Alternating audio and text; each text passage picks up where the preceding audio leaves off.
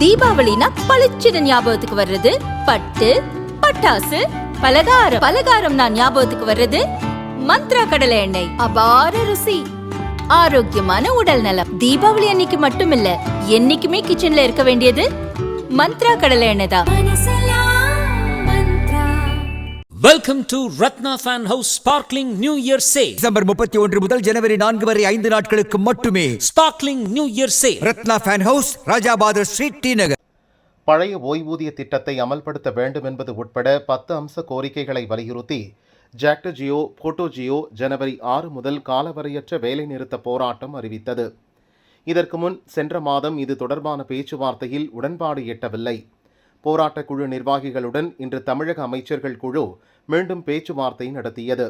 அதன்பின் போட்டோஜியோ நிர்வாகிகள் கூறியதாவது: எங்களது போட்டாஜியோவினுடைய மாநில உயர்மட்ட குழு கூட்டமானது 18/12/2025 அன்று தமிழ்நாடு அரசு ஒன்றிய மாநில தலைமை அலுவலக சங்க கட்டடத்தில் நடைபெற்றது. இந்த கூட்டத்தில் நாங்கள் 2 கட்ட போராட்ட நடவடிக்கையை திட்டமிட்டிருந்தோம்.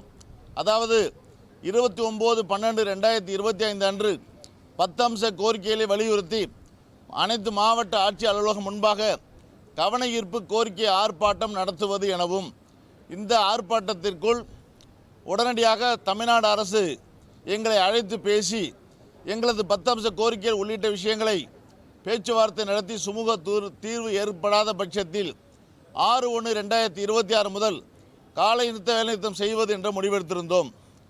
அதன் அடிப்படையில் 29/12/2025 முன்பாக 22/12/2025 அன்று மாண்புமிகு 3 அமைச்சர்கள் கொண்ட குழுவானது எங்களை அழைத்து பேசினார்கள். அதிலும் கூட சுமூக முடிவு எட்டாத காரணத்தின் காரணமாக 29/12/2025 அன்று அனைத்து மாவட்ட ஆட்சியர் அலுவலகம் முன்பாக கவன ஈர்ப்பு கோரிக்கை ஆர்ப்பாட்டத்தை மிக சிறப்பாக எழுச்சியுடன் நடத்தினோம்.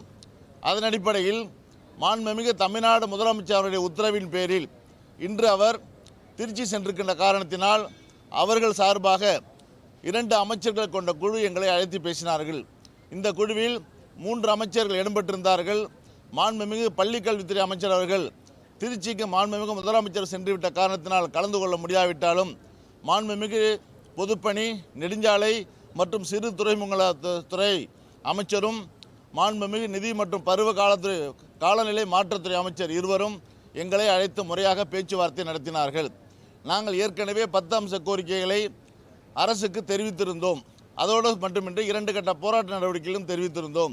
எங்களை அழைத்து பேசி, இன்னும் சொல்லப்போனால் 23 ஆண்டுகளாக கிணற்றில் போட்ட கல்லாக 2 ஆட்சிகளும் மாறி மாறி வந்தாலும் கூட எங்களது அந்த ஓய்வூதியம் தொடர்பாக, இன்னும் சொல்லப்போனால் பங்களிப்பு ஓய்வூதிய திட்டத்தினை முழுமையாக ரத்து செய்துவிட்டு பழைய ஓய்வூதிய திட்டத்தினை அமுல்படுத்த வேண்டும் என்ற கோரிக்கை தான் பிரதானமான முக்கியமான கோரிக்கையை நாங்கள் முன்னெடுத்து வருகின்றோம்.